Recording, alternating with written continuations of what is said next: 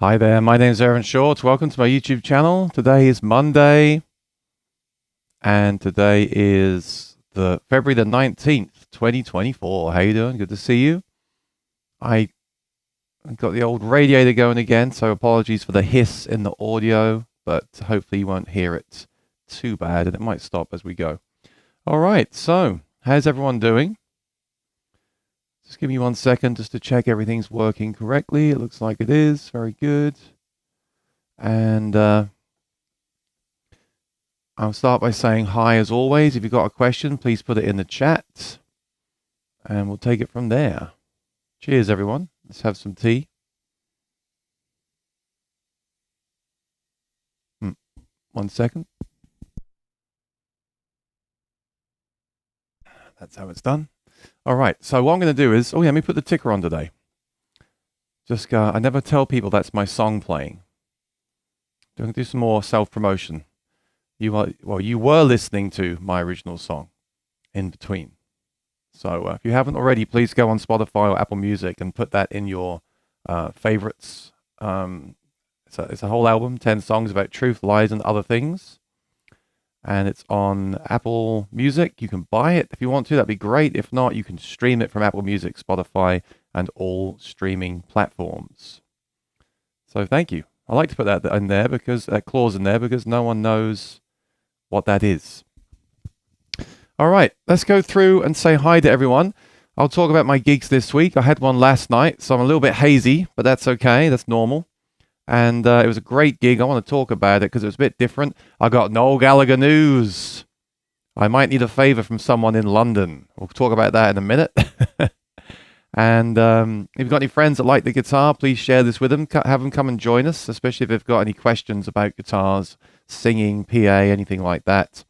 And we'll have a good time talking about gear. So Kevin was first from Southern Indiana. Kevin was here before me, so I appreciate that, Kevin. Thanks for your dedication to the channel. Patsy Smith is in Suffolk, UK. Sam says hi. Good to see you, Sam. Greg White, hi from Ottawa, north of NYC. We're only half a day's drive. Is that all? Only half a day? Come on, that's a long way for me. When you're originally from England, half a day's drive is a long drive. When you live in America now, that's not a long drive. Half a day's drive is just Nashville. So it's not too bad. Well, I say just, that's a long way still. I should come and play there. If you can get me a good gig, Greg, that will pay the travel, a bit more, I'll come do it. I don't really tour, tour. I might say tour. I mean, like travel around to play gigs. I have done. I was just talking to a couple on Friday that came to see me play on Friday about. Marco knows what I'm talking about. They were going to have me fly out to do their wedding, but then they realised that the flight would be too expensive. A lot of people do that, don't they? They reach out and say, "Can you come and play for us? We love what you do. We're getting married. 6-hour flight away. Can you come and play?" And you say, "Well, sure, I can. Here's my price. And I also need to charge you for the flight there, the flight back, the hotel, and PA rental because I can't bring my PA system with me." And then they often say no, which makes sense. It's better to hire someone local than to fly someone out there unless you really, really want that act because they do a specific thing.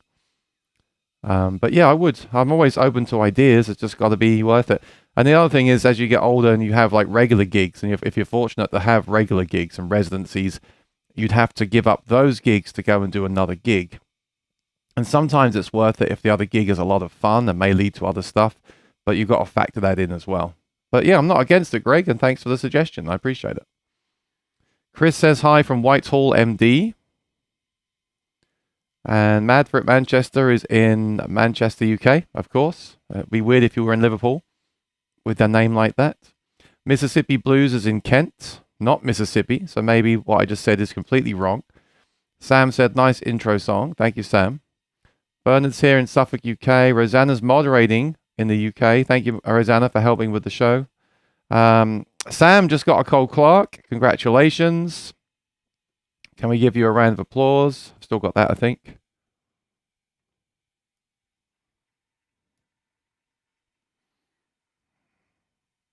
Yep, very nice. Syracuse, are you not far from me? The Angel 2, so that's Redwood Blackwood, is awesome. Thanks for all the content to help my decision. A lot of people have been buying Cole Clarks lately, I notice. I really wish I had some kind of affiliate thing with them, because I think I've pushed them pretty hard, and I'm still gigging my Cole Clarks. But they are friends of mine now, and I think they, well, I know they appreciate what I do for them, and that's really great. And they do make my life better, and I like talking about gear that makes my life better, and the Cole Clark definitely does that, which is awesome. So that's a Angel 2 Redwood top, Blackwood back and sides. Is that right? Yeah. So I haven't actually played a Redwood. Some people say the Redwood tops are louder acoustic, more responsive and louder acoustic. I hesitate to say the word better. A lot of people say that the Redwood guitars are a bit more resonant, louder, nicer unplugged. People like the all Blackwood guitars because Blackwood is the hardest wood, and therefore it's the stiffest. Therefore, it's not the best unplugged, but it's stiffer, so therefore it should sound better plugged in. It should feedback less. I do use a feedback buster in my guitar all the time now. And funny story about that, I actually dropped the tool to adjust the truss rod on a Cole Clark. The one I bought is awesome because it's got a little switch on it. So when you're tightening, it tightens, and then you can back it off. You know, when it goes back, it doesn't loosen the truss rod, so that you can. Therefore, I'm sure there's a name for this, like some kind of one-way wrench or something. So as you tighten it and then you go back, it doesn't loosen it, and it keeps tightening it. When you put the thing the other way, as you loosen it, it loosens, and then it doesn't tighten it. So you just put it in and just keep turning it, which is a really, really great design for that tool. But it is a big metal tool, and I dropped it as I actually did that while I was playing a gig, which is a terrible idea. And it actually fell out of my hand and hit the guitar, and I was like, no, I've damaged my guitar. I hate doing that. We just had someone on here last week talking about damaging their guitar. Very, very frustrating and disappointing. But it doesn't seem to have done anything, which is awesome. And that's because of that hard black wood. It does scratch. I've got some massive scratches on my guitar because it's a satin finish. It isn't a gloss finish.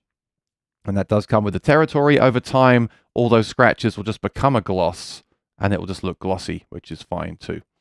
So, yeah, great guitars. And let us know how it is once you've had a chance to gig with it.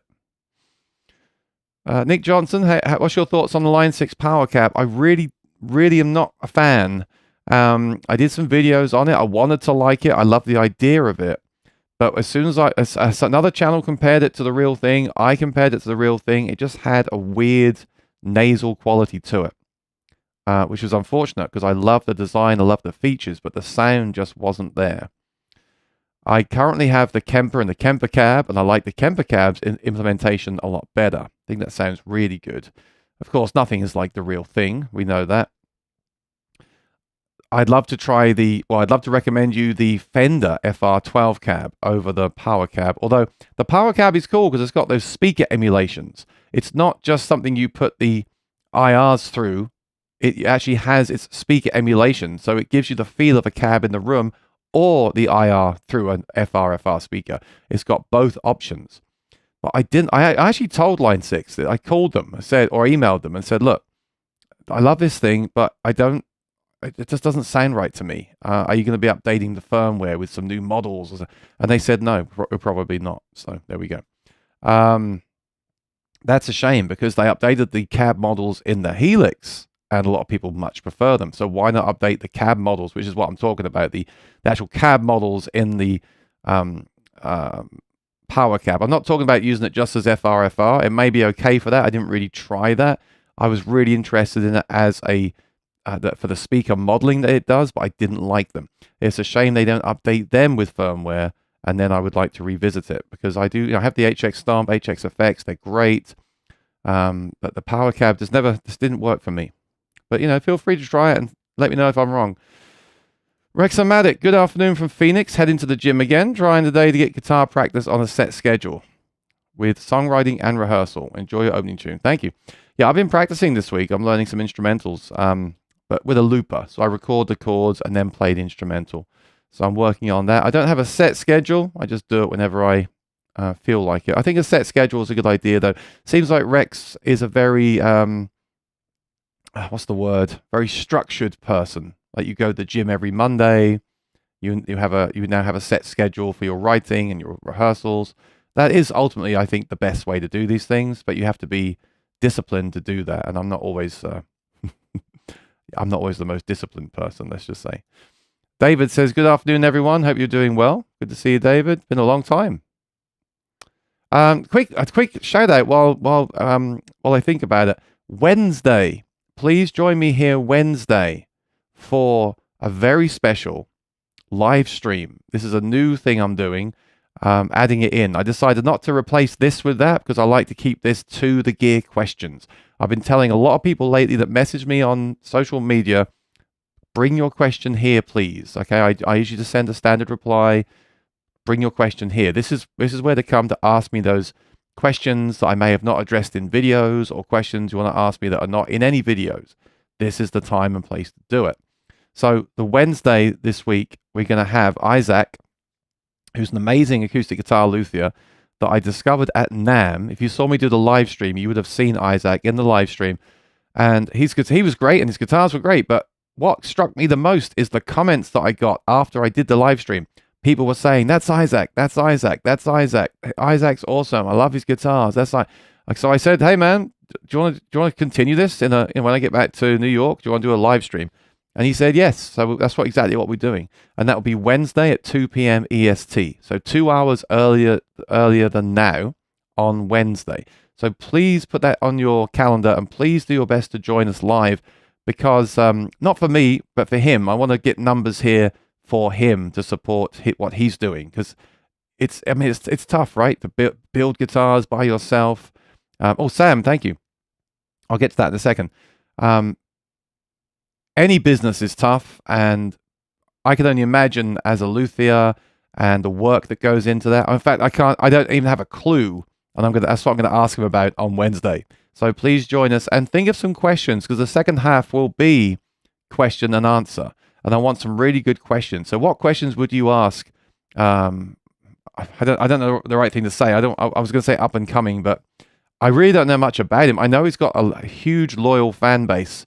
So I don't want to speak too soon. I'm really going to be learning as well about what he does and his hit background and everything. But what question would you ask a luthier? That's the thing. What question would you ask a luthier about how they build a guitar? And please bring that some good questions on Wednesday to ask. It can be anything. Like, I was going to ask, like, what do you think about stainless steel frets? How do you choose the woods you use? How do you set action? What kind of strings do you recommend? Things like that. And then we could go down to the granular stuff, like how long does it take to build a guitar, and questions like that. So please, I'm going to announce this again during the stream, because I really want people to be there this Wednesday at 2 p.m. EST. Acoustic guitar, luthier, Q&A. The following Wednesday, the same thing again, but electric guitar. So I'm going to cover both in 2 weeks. I'm really excited, and I hope people come and support it. So I'll go straight to the super chat, because they always get priority. Sam, really appreciate that, my friend. $10. Thank you so much. Appreciate the insight on the Cole Clark. Made my decision making informed before buying. Yeah, and I love that. And I'm very aware that people have Cole Clarks on their radar from my videos. I'm very aware of that. And they are too. And it's great, you know. And hey, maybe one day I can do some kind of sponsored work with them, because it would be a very honest partnership, wouldn't it? Because I do use their stuff. It's like TC Helicon. I use their pedals to make a living. It's like Megami Cable. I use their cables to make a living. It's like QSC. I use QSC speakers to make a living. So it's nice when you have those main companies. Like, you know, I love Gibson, I love Martin, I love Martin and all that, but I don't actually use them night to night to pay the bills.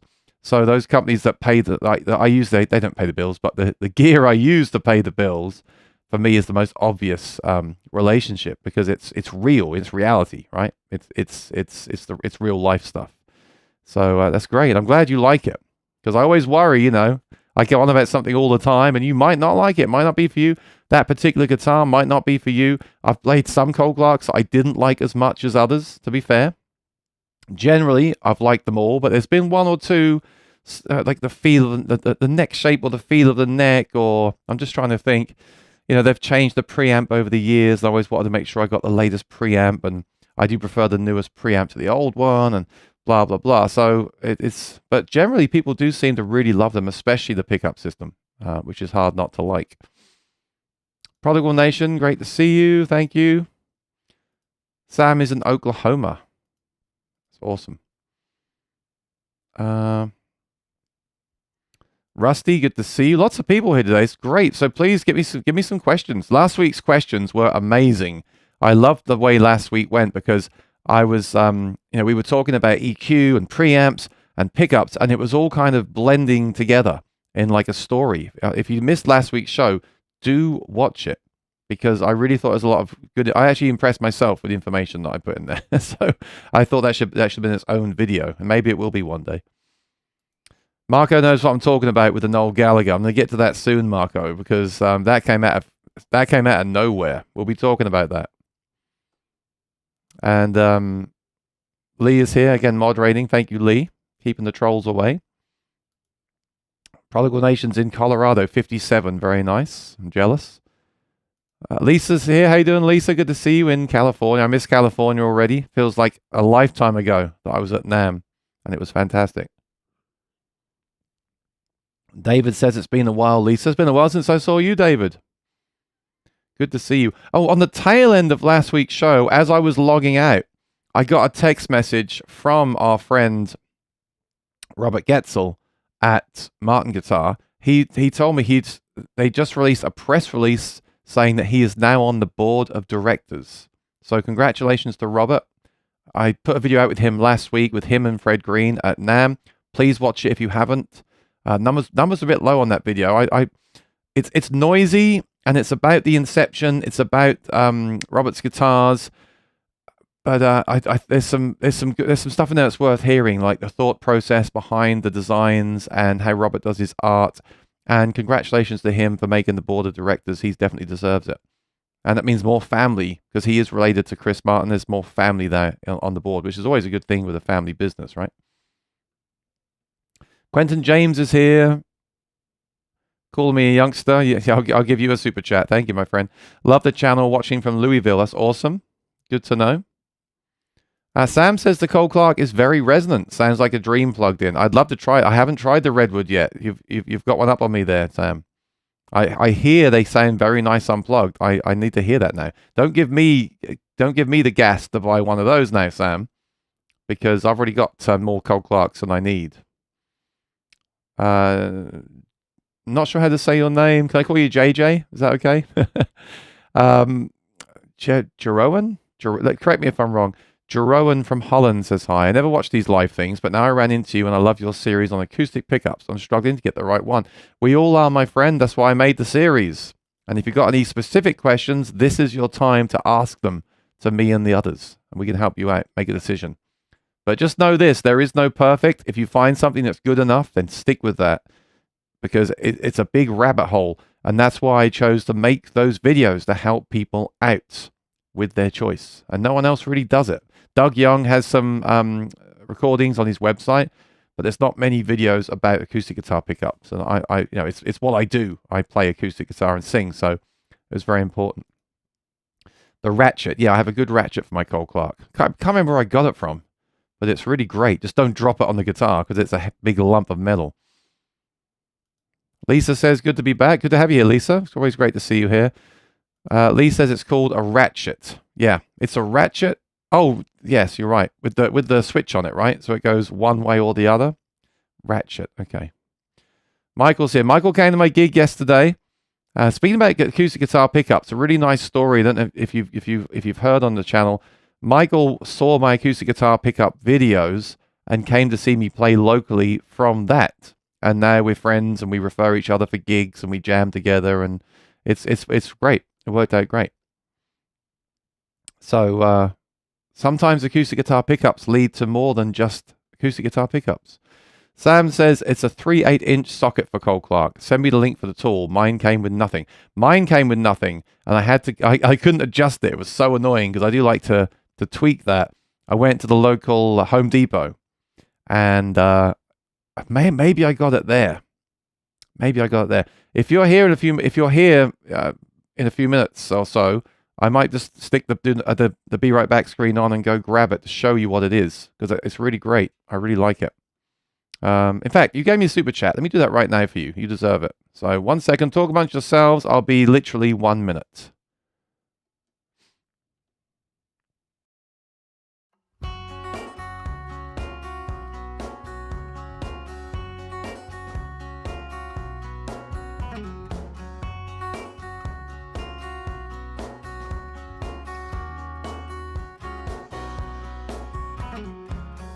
I need a holiday is what you said to me. I need to get away from you. And as I watched her lying next to me, I wished for a holiday too. Home is where the heart is. Home is where the heart is. Home is where the heart is. I wanna be there, yeah.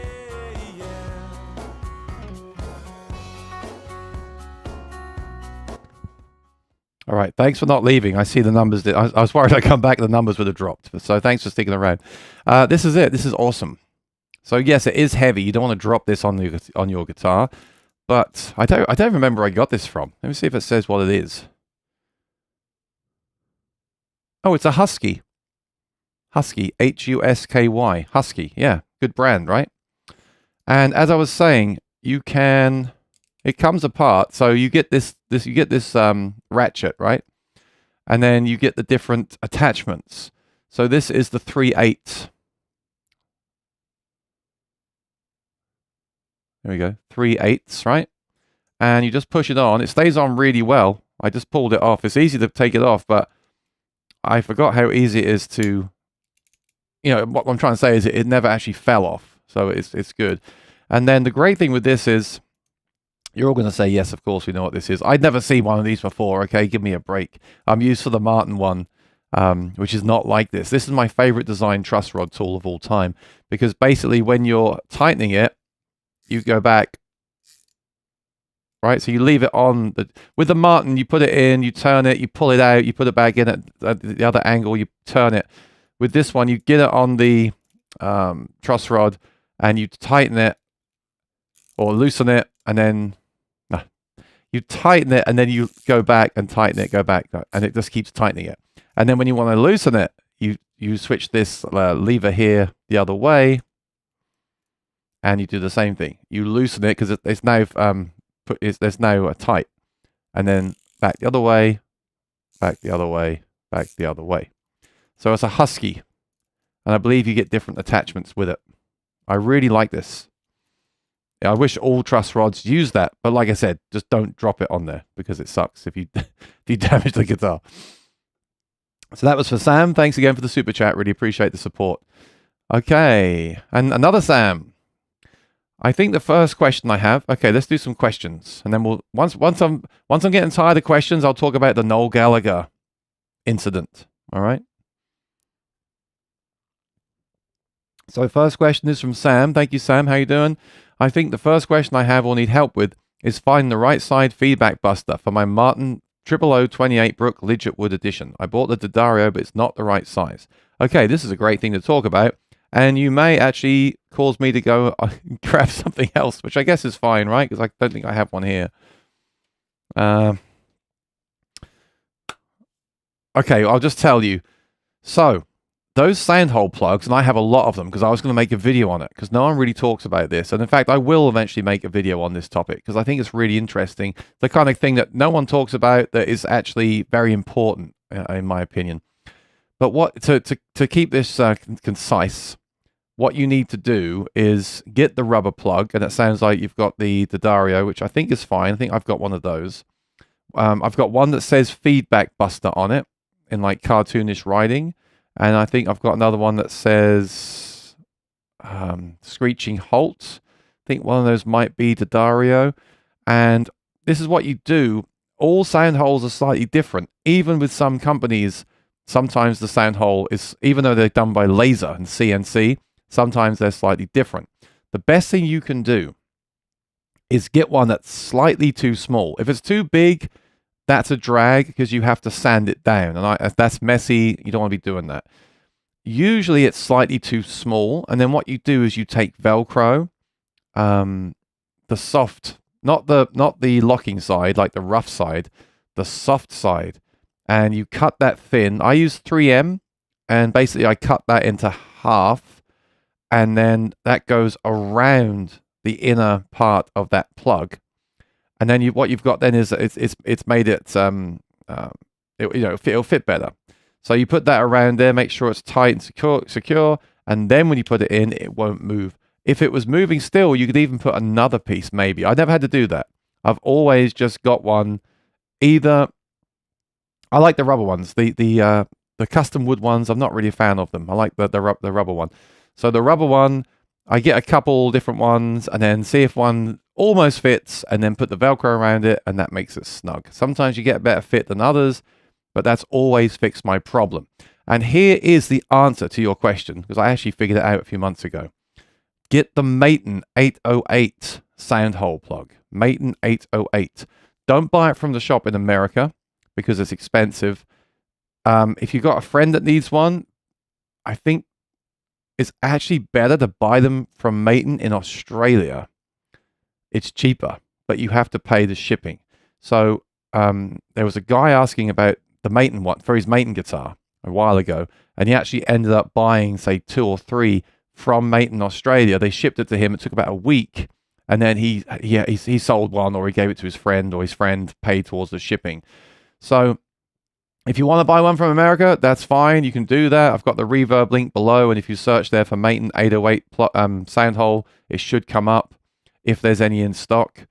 So do that, but also just go to Maton's website and buy an 808 sound hole plug. And if you put one piece of 3M soft side Velcro around that on the interior part, it will fit perfectly into the OM's or triple O size Martin sound hole. I think the Dreadnoughts are different again. So someone really should just make a series of high quality rubber sound hole plugs in all sizes or for all of these major brands, because it's crazy. Like you can't go to Martin and buy a rubber sound hole plug that will fit their guitar. It doesn't make any sense to me. So the way around it is to get the Maton 808 and put the Velcro around it, and it will fit perfectly. That's the answer. Yeah. So I won't. Unless you want me to go on more about that, I won't, because people might get bored of talking about sound hole plugs. But I do think they're important for feedback resistance. They protect your guitar from wearing away at the sound hole as you strum with a pick. And if you want to play late at night, they make your guitar quieter. If you've got neighbors, I think everyone should have one. Okay. Prodigal Nation says, have you ever slotted or ramped an acoustic bridge? Now, I know what you're talking about. I've seen the video. I wouldn't mind trying it because I have a big problem with many guitars. The D string has this frequency at 2K that really bugs me. And I've asked a lot of people about it. No one really knows what I'm talking about. Only a couple of people even know what I'm talking about. And I do wonder if slotting the bridge might help that somehow, because I think it's coming from the bridge. But I wouldn't want to do that on one of my guitars as an experiment. But if you do, then let me know how it works out. So what you're saying is, what people do is they rather than have the bridge pins with the groove in them for the string, they actually put the groove into the bridge, and then you can get bridge pins that don't have the slot at all, like in the old days, basically. So I think when I had that authentic D28 Martin, that's what they did with that. So I don't know. I mean, apples and oranges, really, isn't it? But yeah, it's an interesting idea, but not one that I'm interested in enough to actually physically do to a guitar at this point. Quentin drove by a gym once. No, have you seen The Simpsons? Homer Simpson looks up and sees the gym. He looks up and sees the sign above the gym, and he says, "Gime? What's a gime?" That reminded me of that. Marco, have you played an all mahogany 0015M? What's your opinion? No, but people keep telling me about them. People keep talking about them. The thing is, the 15 series is affordable. The 000 is comfortable. Mahogany is a warm sounding wood. And there you go. That's 3 reasons to like it, even though I haven't played one. So that I know they're very popular. Even just today, I saw a post about one. And I think Michael actually mentioned he's played one. And I keep seeing them all the time, everywhere. So I haven't played one. I know exactly what you're talking about. And I think it'd be a good guitar for the money for sure. He says, we pay Gibson's bills.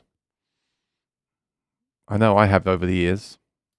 I've paid many companies' bills, but Gibson the least so, I would say. The Gibsons and Martins are part of the bills, yeah.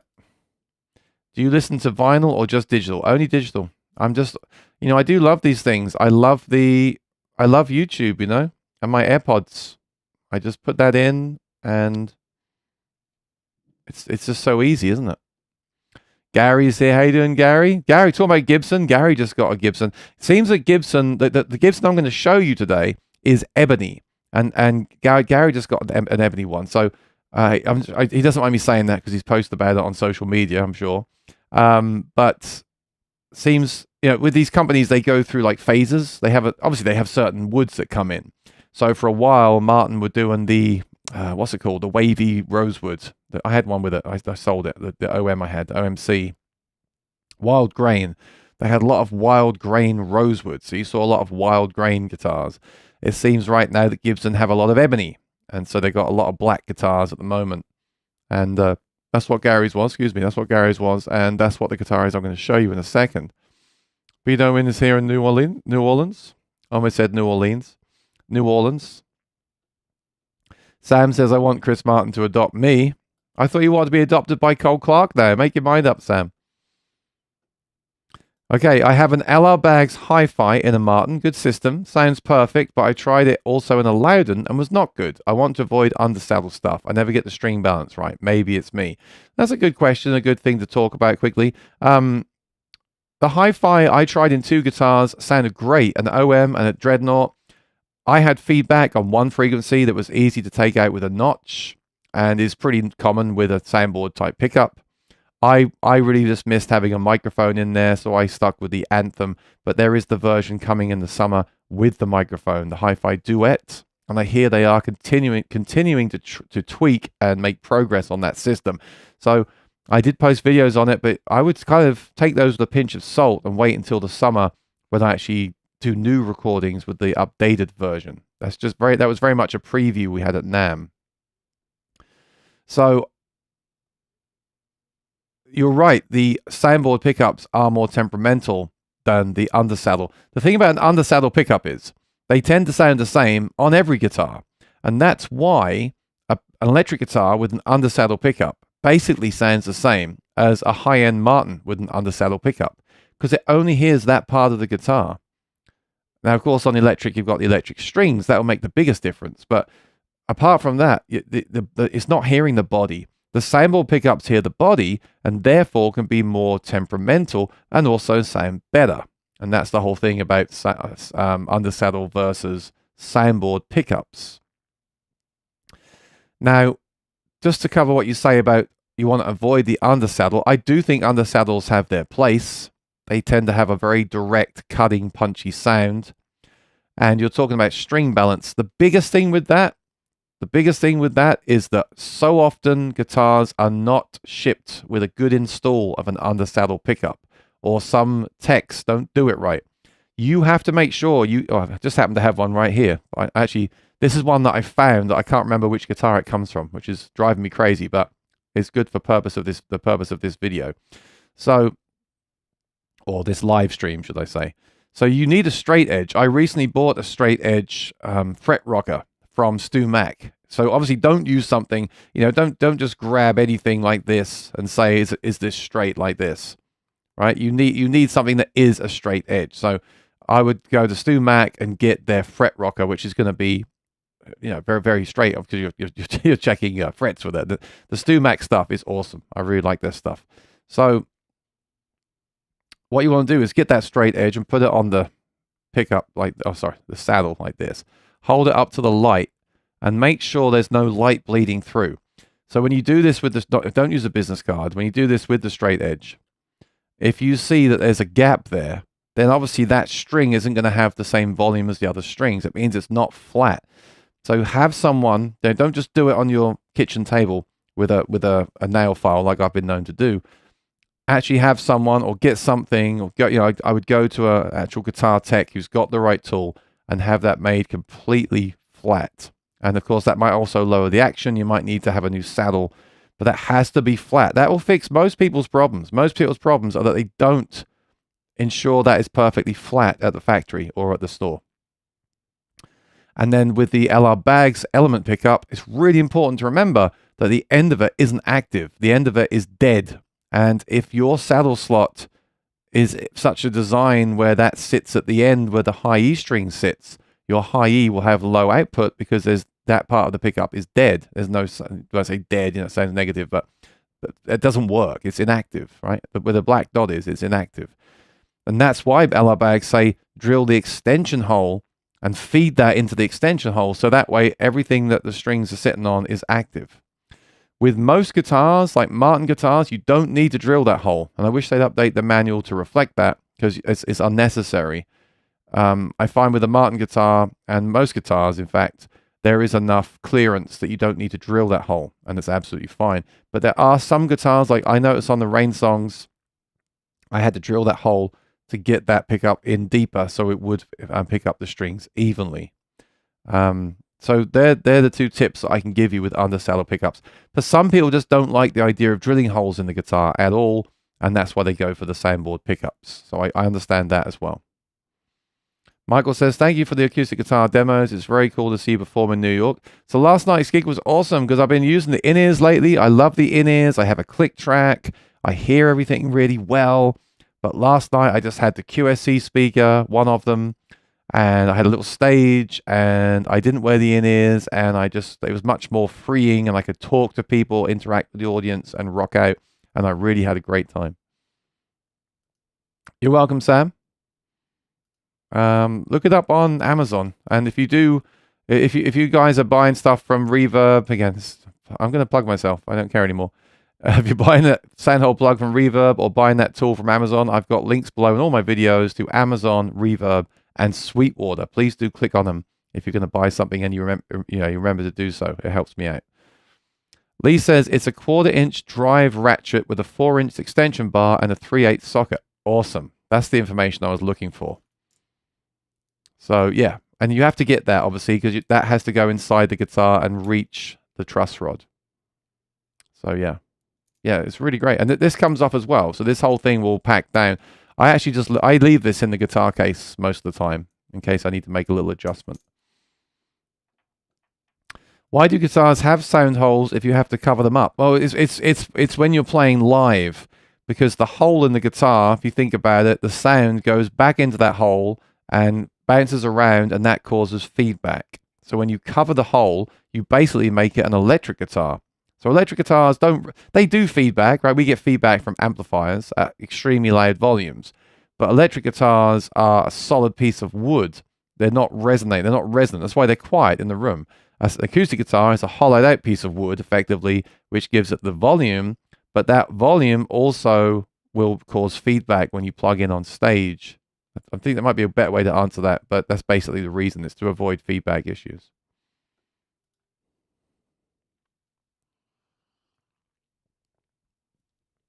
Sam says, please let me know who wants to bulk shipping Maton here. Back to buying from Maton. Or, buy some and sell them on. But they do work with the Martin OMs, I find. So you might buy a few. You might need it again in the future, or you might have a friend that wants to buy one off you. So when talking about Gibson, I was just looking for the Gibson L00. They're expensive for their small size. Have you tried them? No, but I've tried the Martin small body guitars, and I really liked. There was one I talked about it on the show. One I played in Jersey. It was a famous band, and it was a custom shop, and it was toured, so it was all beaten up. But I didn't know the band. The singer songwriter in the band is awesome. If I was a fan, I probably would have bought it. If it was a Noel Gallagher, I would have bought it, right? but it was just a great sounding guitar. And a lot of those small body guitars, like the Gibsons, the Martins, sound way more impressive than you expect them to. Sometimes I think they sound better than the big guitars in a funny kind of way. Doc McFarlane says 11 guitars for sale on Marketplace. Is that you? So the doctor's been telling me this week that we need to sell all the guitars and practice more. I don't disagree, and I don't agree. So, but I'm glad you've got 11 guitars for sale. Now, the trick now is not to then go out and buy another 11 guitars once they've sold, okay? All right, let's talk about this Gibson then. Take a little break here from your questions. If I see a super chat, I'll come back, but in case you're in a hurry. But basically, I woke up today, and where is it?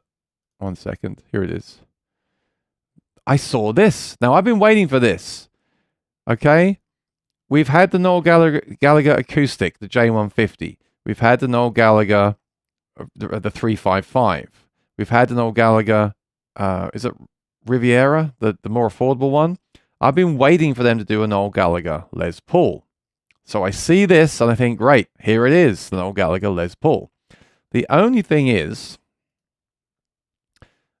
very annoyingly, they're only making 20 of them. Now, when you only make 20 guitars, you know what happens. People buy them to sell them, and that really sucks. If you look in the background, hanging on the wall there, that's the import sort of $800, which actually is one of my favorite guitars that they've made, tribute guitars they've made for Noel Gallagher. I think that's awesome, and that's affordable. With this black one, this is based on the Les Paul that Johnny Marr gave to Noel Gallagher in the early Oasis days. And they basically made 20 of them in the custom shop. But the problem is, it's not only that they've only made 20, they're only selling them in person at the Gibson Garage in London. So I've been to the Gibson Garage in Nashville. It's awesome. They're opening a Gibson Garage in London. And on opening day, they have 20 of these for sale. And you have to go there in person to buy one. And this is on Saturday. Half of me wants to go there and buy one, but I'm not going to do it because I have one of my venues that I work at have their last night on Saturday and I'm performing at it. So I just cannot afford to not do that. And I want to play the gig anyway. But basically on Saturday, they're selling 20 of these guitars. It drives me crazy because I just know they're going to go to scalpers. All right. I just know they are. You're going to see these on, we'll check next week on Reverb. We'll look on Reverb and these will be up for sale for 3 times the price, which is very annoying, and I would never pay that. But I think it's very cool. And if you look, it's got the modification. So it's a 78 Les Paul.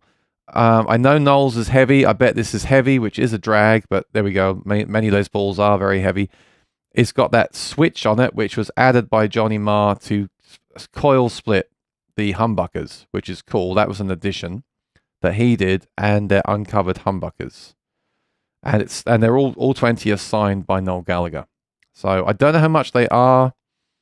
I'd like to think they're going to be $5,000. They could be, for all I know, they could be 20 grand. I have no idea. I just posted on there to ask how much they're going to be. They didn't put the price, which is a bit worrying, concerning.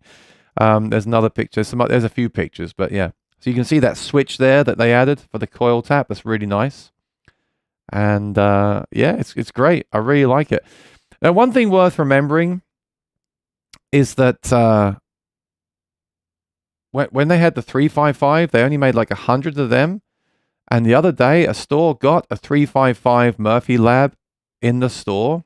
I saw on Instagram, and that was $2,000 less than the Noel Gallagher. Now, you don't get the Noel Gallagher swag, and you don't get his signature.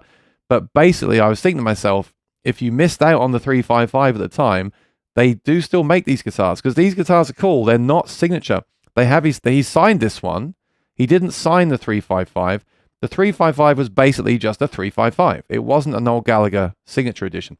This, if anything, is more of a signature edition because it's got that coil tap switch added, which wouldn't be in this guitar.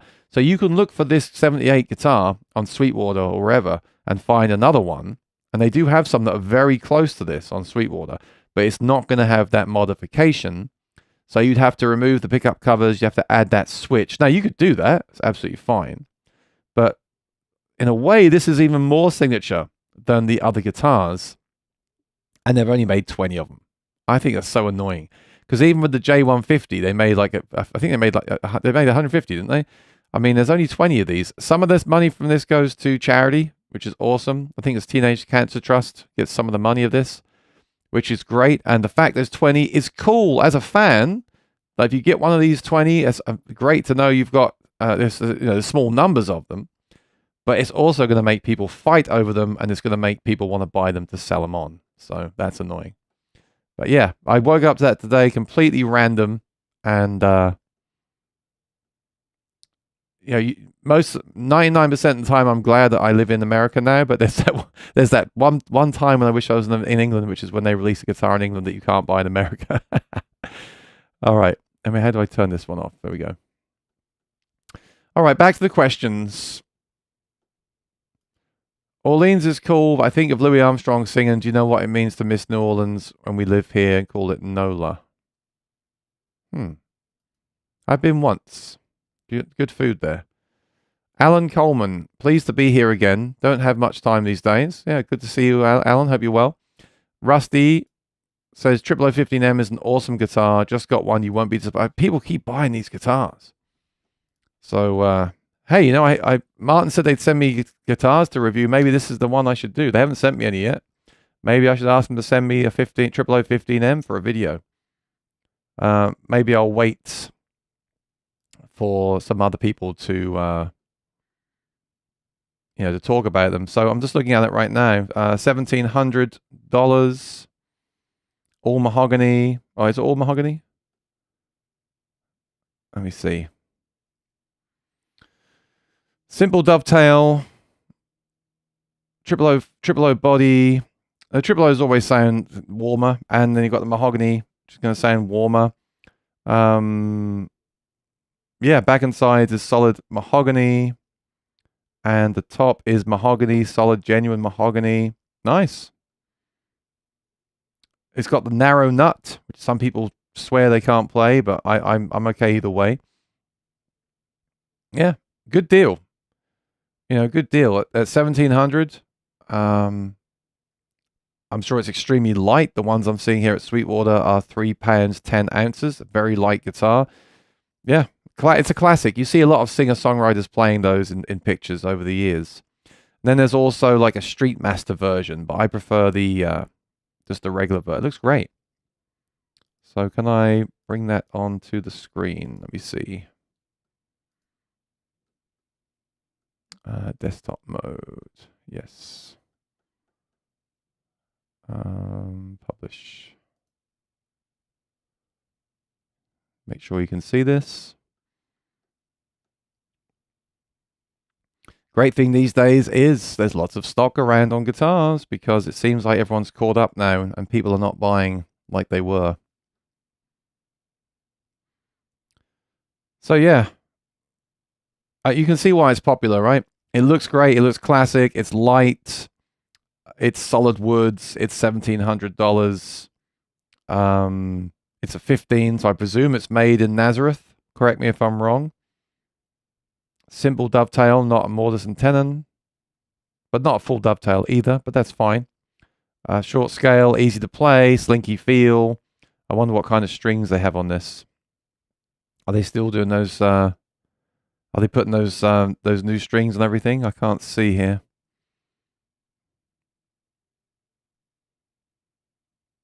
Doesn't say what the strings are. But yeah. And I'm not 100% sure if it's made in America, if it's made in Nazareth. Let me know if I'm wrong. I assume it is, if it's a 15, but I could be wrong. And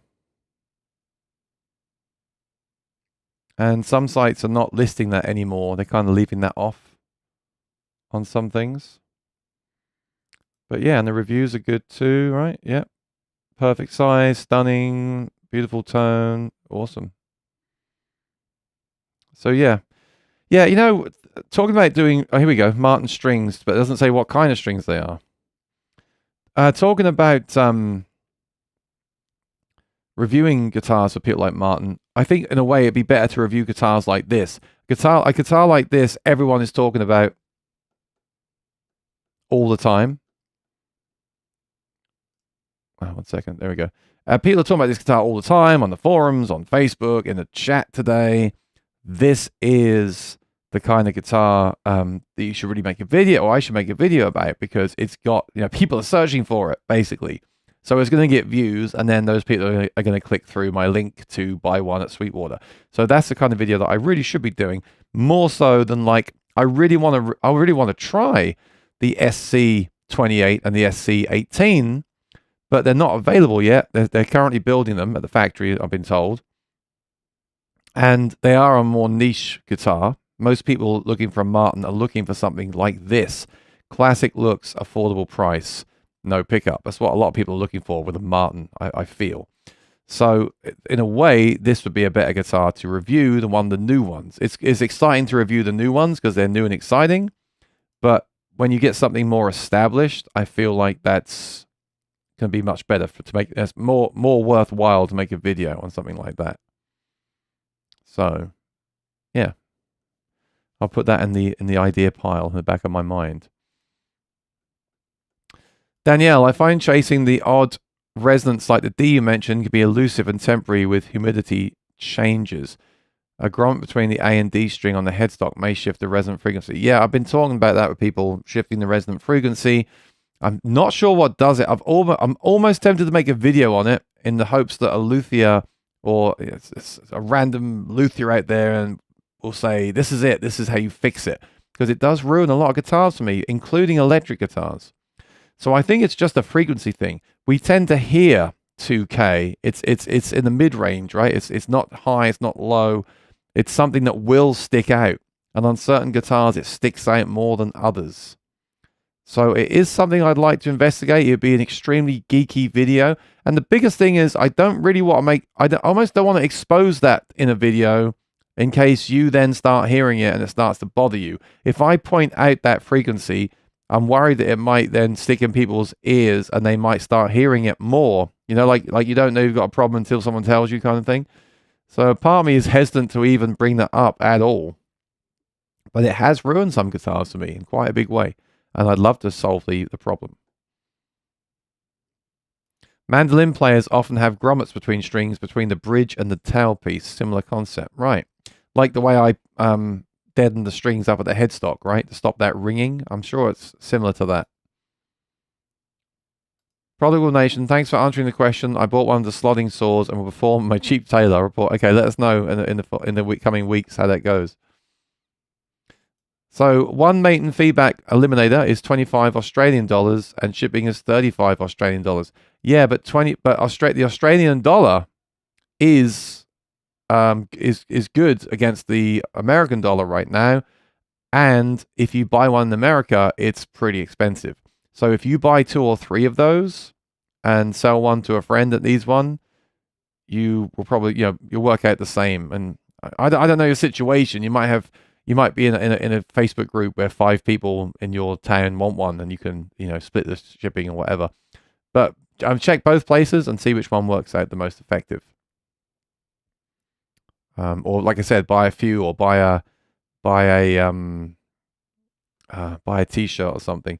I wonder if Thomann... I think I went on Thomann and they said they wouldn't ship them to America. Because I believe they had them. Thomann, Maton feedback. Oh, they have the 808 and the Mini. They don't have the full size. So they have the 808, $26. But I'm pretty sure when you try to buy it, yeah, we cannot deliver Maton products to your country. That's a shame, because $26 and then a few dollars shipping would obviously be incredible. But they won't ship them to America to avoid competition. Randy says, greetings. Hope all is well with you today. Much love from Southern Illinois. Great to see you, Randy. Thanks for tuning in. Appreciate it. A quick thing to say now is, if you haven't, please do subscribe and ring the bell. Like everyone says, YouTube tells me that 10% of people are subscribed, and please subscribe because it's good to have the numbers. It's true. When companies reach out, they look at numbers, as they should do, because why would a company want to work with someone that isn't getting views, that doesn't have subscribers? They obviously want to get a return on their investment. So if you haven't subscribed, please subscribe. It's free to subscribe. I don't have memberships. That is a paid thing. I might be setting that up in the future, but the actual subscribe button is free. So please do subscribe and ring the bell if you haven't. It will notify you when I go live or post a video. And like I said, this Wednesday, we've got the live stream at 2 p.m. EST. So if you happen to forget about that, then it will remind you or give you a notification that I've gone live on the live stream. Also, on that live stream, there is a way to say you want to be notified of when that happens, by the way. So if you go to my channel and find that live stream event that's happening Wednesday, you can click on notify me and it will tell you on Wednesday when it starts. So that's a good idea as well.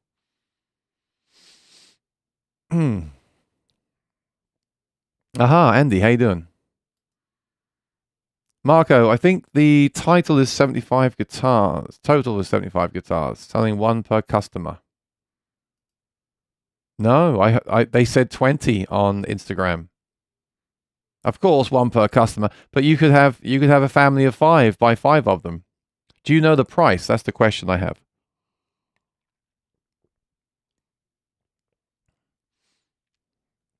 Any thoughts on a bridge doctor? A bridge doctor. Is that the metal thing that goes under the bridge? But Stu Mac, mate, I tell you, Stu Mac makes them. I want to set up an affiliate thing with them because I met them at NAMM, and they said I could do that, and I want to do that because I really like their stuff. Like I was using some tools from Amazon that were okay, and I got the Stu Mac version, and they're just so much better. They make the job so much easier. So bridge dock, I'm just having a look. Enhances volume, flattens soundboards.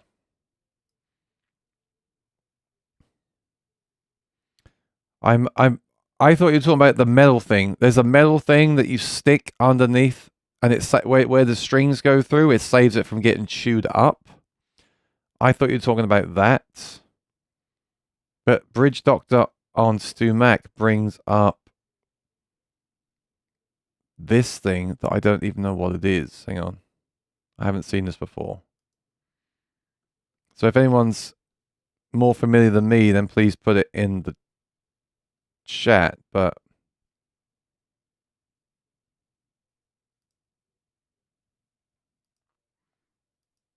I have no experience with this. But if it enhances volume, then that's good. Oh, I guess what it does. Okay, is it? I'm just assuming then your bridge is dropping, and you put this in the guitar, and it puts it back into shape, right? Which obviously will give, which is what the guitar was meant to be like in the first place. And what, you just leave it? I guess there's instructions here, but I don't read instructions. This might be a completely different thing to what you're talking about as well.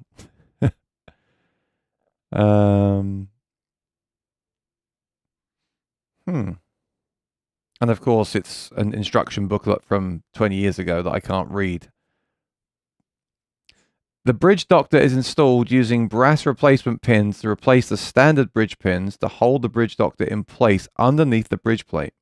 What, so do you leave it in there or do you take it out?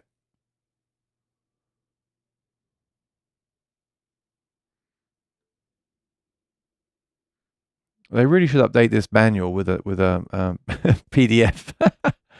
Insert the tension rod into the guitar through the tension hole.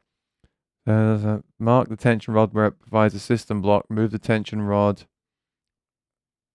Oh, so you put it through to install it and then you take it out. Okay. So if the top, basically if the top is dropped, I mean, usually you humidify the top, but it brings it back up again. Restring and enjoy. Most guitars have to be played for a while before the wood relaxes and start to sound the way it should. Don't be afraid to experiment with the tension, so you can change it. It acts much like the sound post in a violin. I've never tried it. You know, I like checking out these new things. I'm always on the kind of negative, not negative. Like I'm always on the what's the word? I don't want to say that it's a load of rubbish, but I'm always skeptical. I'm always on the skeptical side with anything like this that you're adding to the guitar, or we all want to just think that we'll get a guitar and that guitar is how it should be. I mean, there are things like I've added some things to my Cole Clark, the things I've made videos about, like that kill those vibrations of the strings up beyond the nut.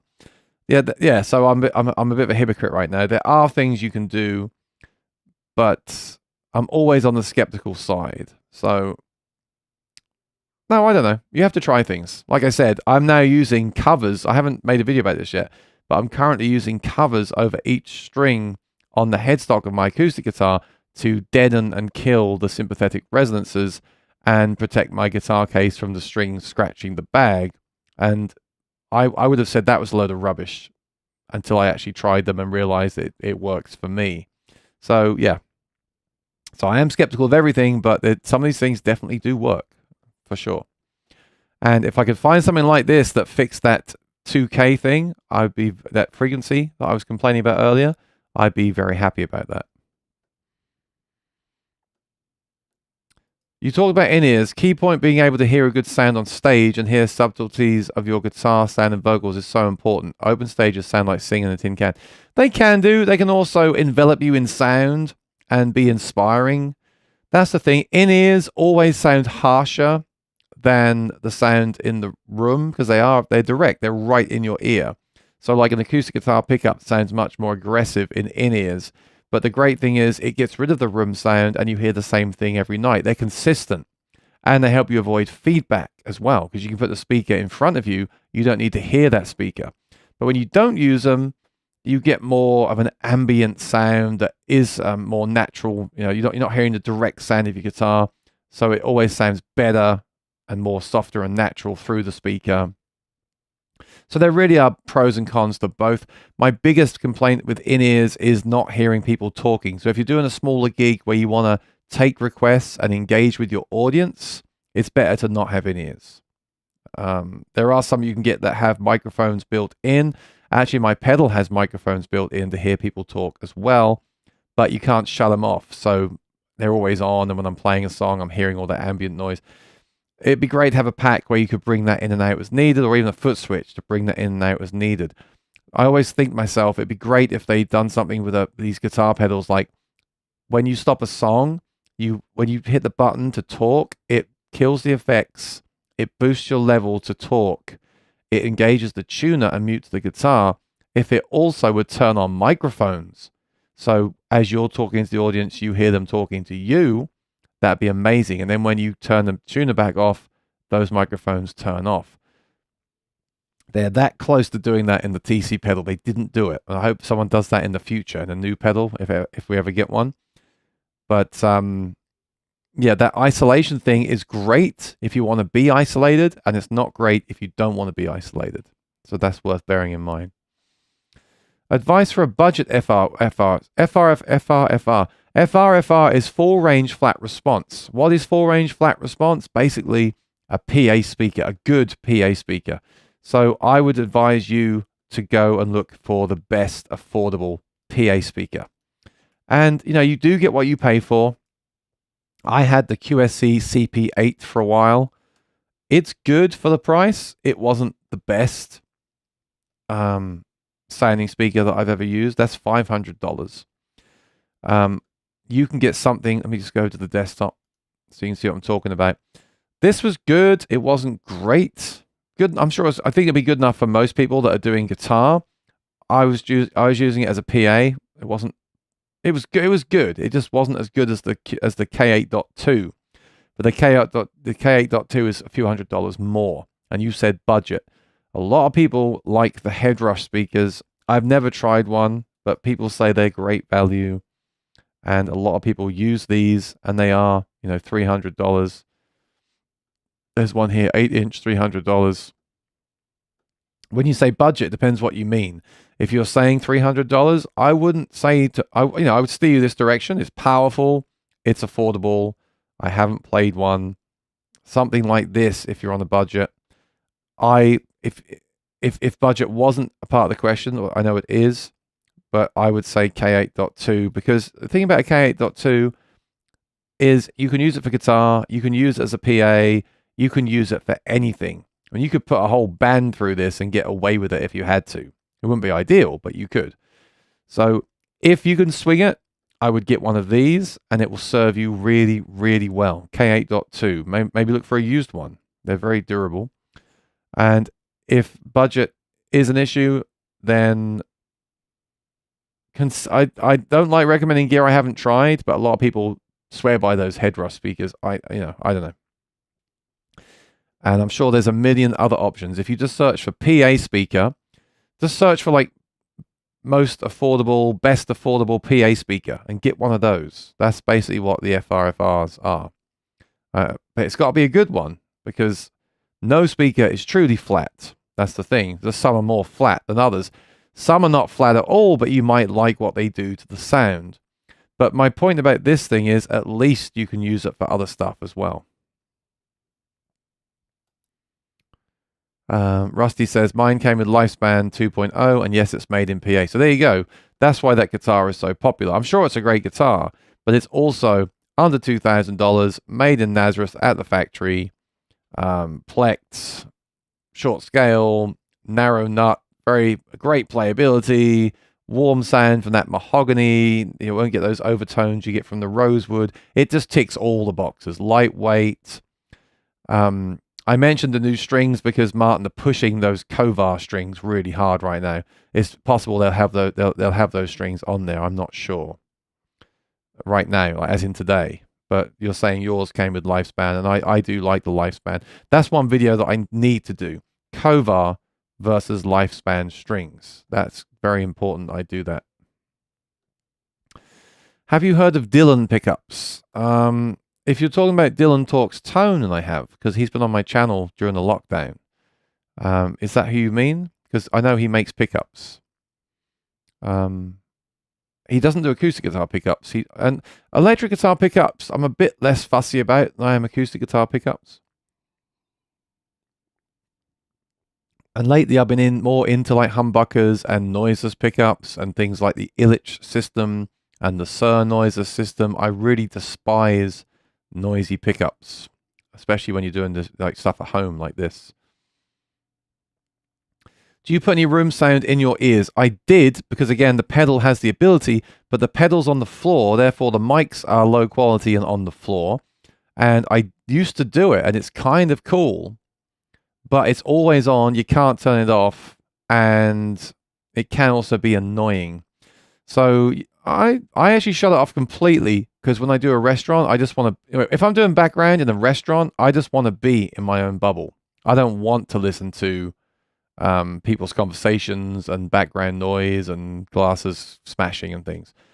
Also, I get a bit of sound from the guitar itself and the mic anyway. Like the vocal mic picks up noise in the room.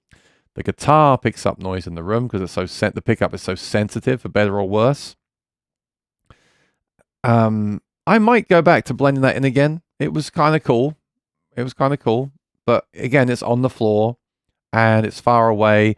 It'd be better if the microphone, if it used like the mic in your phone, or if the microphone attached to the mic stand, or even the speaker, so it's more out in the room where the people are. It definitely helps with that kind of stuff. But I just love the TC stuff because it's all in one. So yeah, currently I don't. And if someone wants to talk to me, I'll take one out and talk to them. But that's a bit annoying. So that's why last night I didn't use them, because I knew I'd want to talk to people. If I could talk to people with them in, I probably would have used them, to be honest with you. But then again, it is nice sometimes to not wear them and hear it's such a different experience. It's like if I really want to go live again at some point and perform on here, and that would be in ears, very little sound in the room, and what I hear is what you hear, and that's awesome. But it's very different when you're in a bar and you're on a stage and the speaker's loud and the room's vibrating. There's something nice about it. It's like a tube amp versus a modeler. It's like sitting here playing the Kemper with these headphones on. It's pretty good. It does the job. I can practice. But if you take your 100 watt Mesa amp and crank it up in a room and have a drummer, it's obviously a different experience, right? It's like VR versus real life. What's a good room humidifier? If you look for my video on humidity, I do have links to the ones that I use. And because I have two of them. I have a big one, which has two massive tanks on it. And I have the smaller room one that I have in here. It has one tank. And they both have pros and cons. But definitely worth getting those because it's good for you. It's good for your voice. It's good for your skin.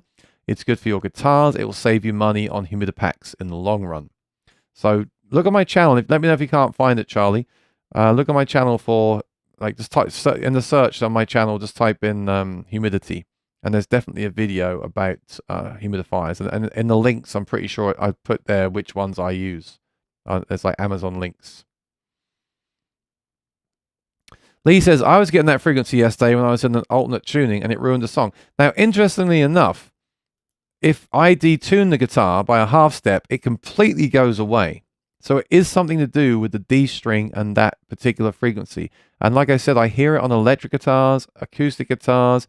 Some guitars, I don't hear it. Like I've made a decision now. If I have a guitar that doesn't have it, I'm never selling that guitar because I hear it in 8 out of 10 guitars of all brands, of all different things.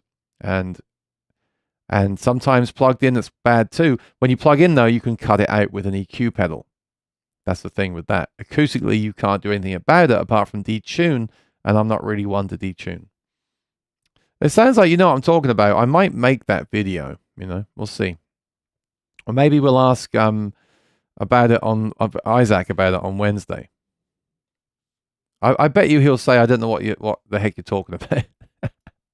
Because it's a very niche thing. And I'm sure his guitars don't have it.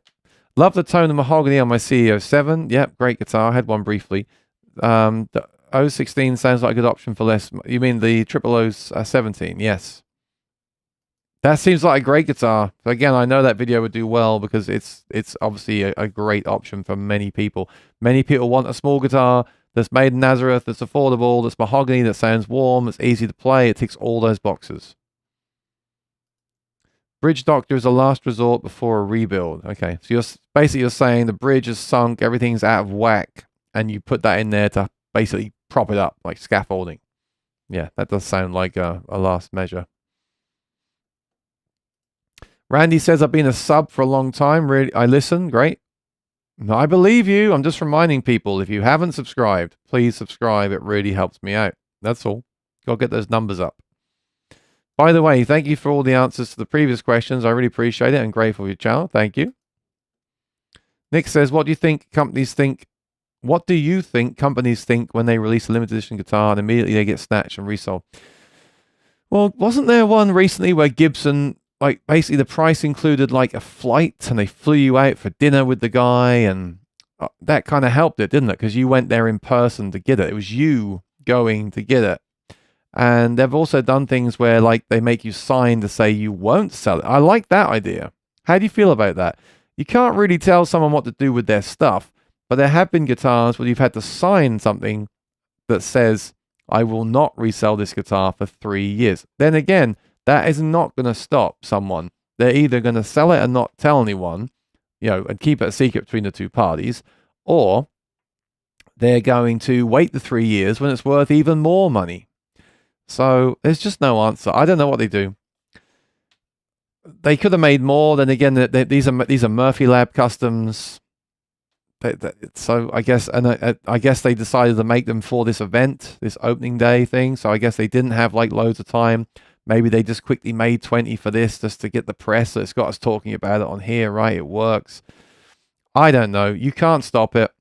And look, honestly, if I sell my Noel Gallagher acoustic in 10 years' time, I'm not going to sell it for what I paid for it. I'm going to sell it for the current value, and that is going to be more than what I paid for it. So it's just that when you see either the day of or even the day before someone listing one of those guitars for sale at triple the price, and they've literally just bought it, or maybe they're lining up outside the store the day before and they're basically listing it that I'm going to have it, which is also not allowed by Reverb, but some people do it.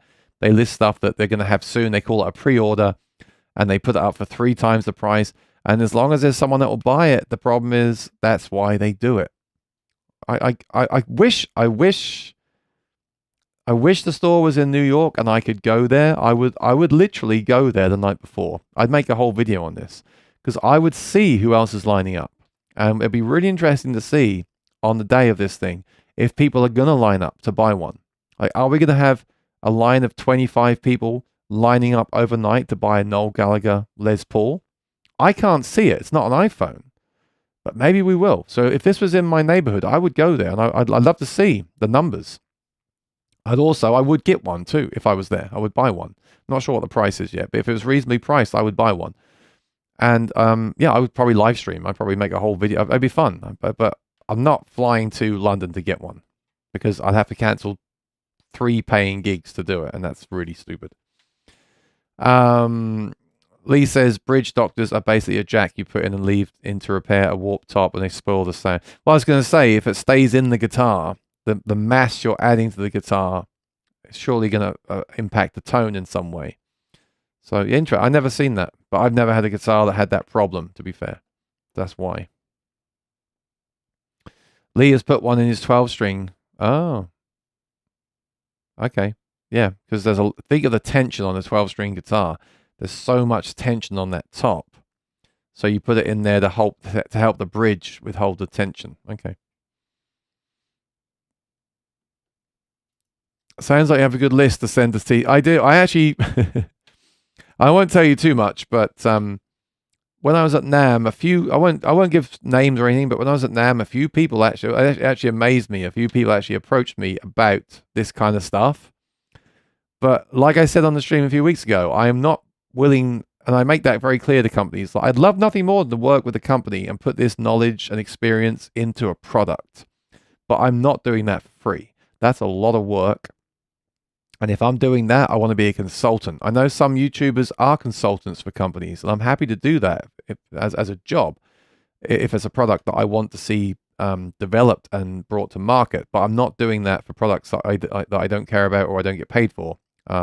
So yeah, if someone like TC would have me as a consultant, I would make those recommendations to them. But that's a big ask for a company to do that. You know, most companies are already working under certain financial constraints, right? But who knows? Maybe that'll be my swan song over time, you know, where I eventually actually put all this stuff into a product somehow. That would be nice. Interesting. Chris says, I just returned the Mackie Showbox to Sweetwater. Bluetooth was noisy, and on the normal channels, there was a constant hiss and ticking sound. Interesting. Because I may be checking one out for the channel. So I have a couple of questions for you, Chris, if you don't mind, if you are still there. Right. Bluetooth was noisy. Now, someone mentioned that on the forums, and someone said it's because... Oh, no, they said the channels were noisy because that channel was turned up when you reset the unit. So did you mute all the channels, turn the gain down and mute all the channels, and then test the Bluetooth? Was it still noisy, is my first question. If you did that, maybe you didn't. Secondly, here's something no one's talking about. There's a firmware update for that unit. Did you install the firmware update?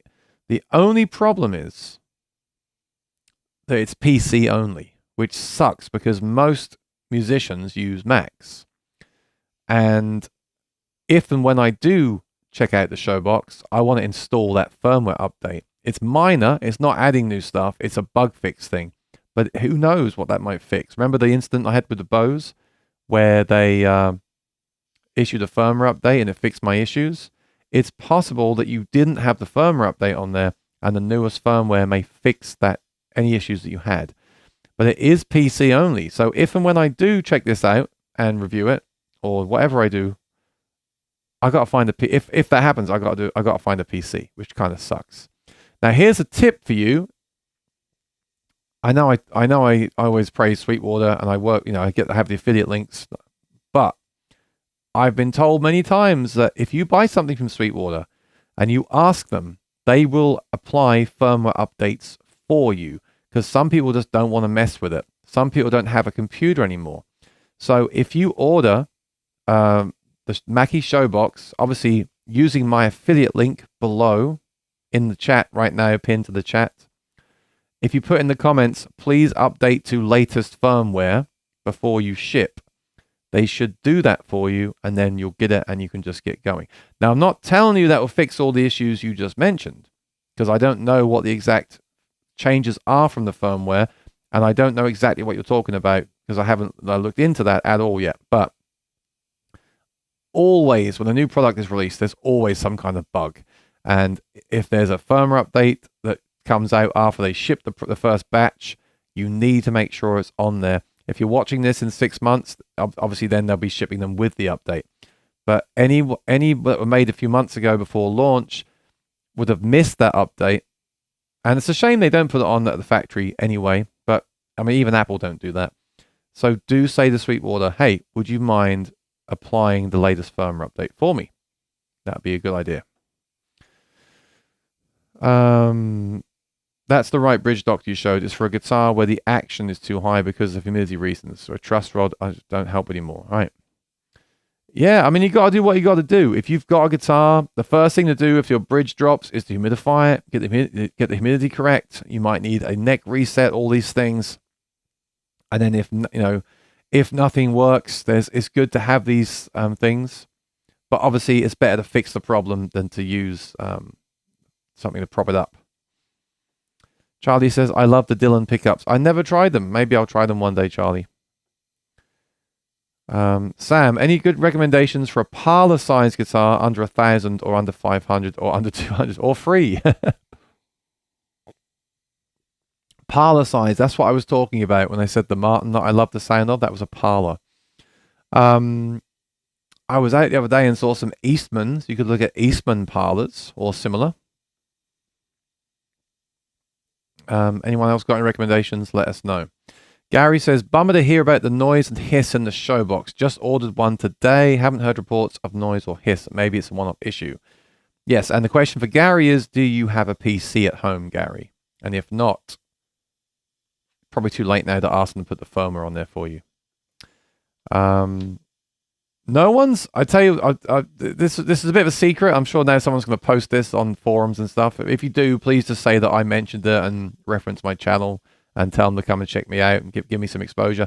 I'm always investigating this stuff. I'm always looking around different websites. I saw that on the Mackie website, and honestly, I haven't talked about it because if I do review the unit, that was going to be a part of my video. And, I've got to have some tricks up my sleeve, right? So if you do try that and it makes things better somehow, and you do mention that in the Acoustic Guitar Forum or Facebook, please put that Aaron Short told you, because I've not seen anyone talk about it. Please say that, give me a shout out if you wouldn't mind. I'd appreciate it, because I do spend a lot of my free time looking into this stuff, even for stuff I don't own. I look around a lot of this stuff. Old Metal Dude, hey Aaron, have you tried the Martin Kova strings? I've tried them. I don't love them, but I want to do a direct comparison in a video, so I'm waiting to do that. Maybe you contact Anderton to see if they are sending anyone. I don't think Andertons would do that for me, Rex. But hey, if anyone here is in London that's going to the Gibson garage on Saturday morning, and you want to do me a favor, then reach out. Perhaps we can arrange something.